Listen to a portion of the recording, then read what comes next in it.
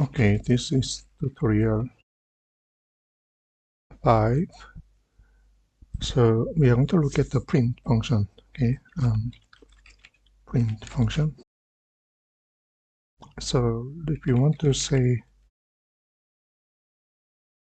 welcome to Python, for example, you can use single quotation. That message inside of single quotation will be printed on your screen. Okay, welcome to Python. So you can also use double quotation.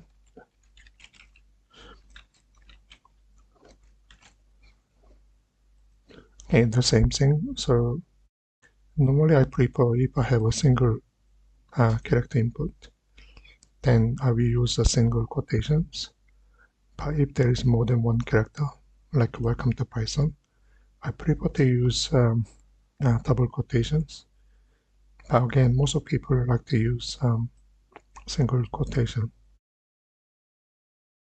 Okay, so here's another one. You can actually use welcome. You can use the comma to list your inputs. So there are 3 inputs. Okay, so look at here. There's no space. There's no space. No space. And there's no space.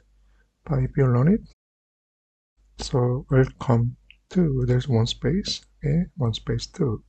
So they will concate together. Welcome to Python with the one additional space. Okay, so you don't have to leave a space like this. Okay, because other language you may do this way, and if you do that, there is one additional space up here. Okay, so it's not necessary in Python.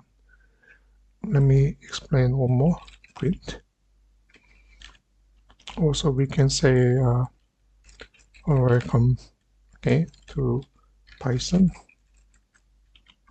Then what if you like to start to next line? So we say new line. That backslash n stands for new line.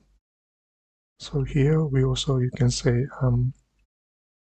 new line. Okay, so welcome, that's a new line. Start with a new line, and then Python again, here's a new line.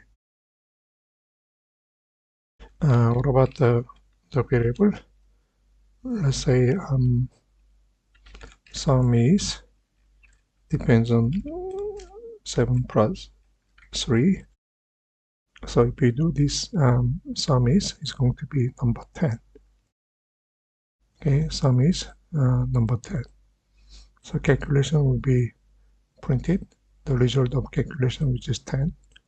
So you can use the comma. Okay, so we have a string value, then here is the integer value. I think that's all for printing function. Okay, thank you.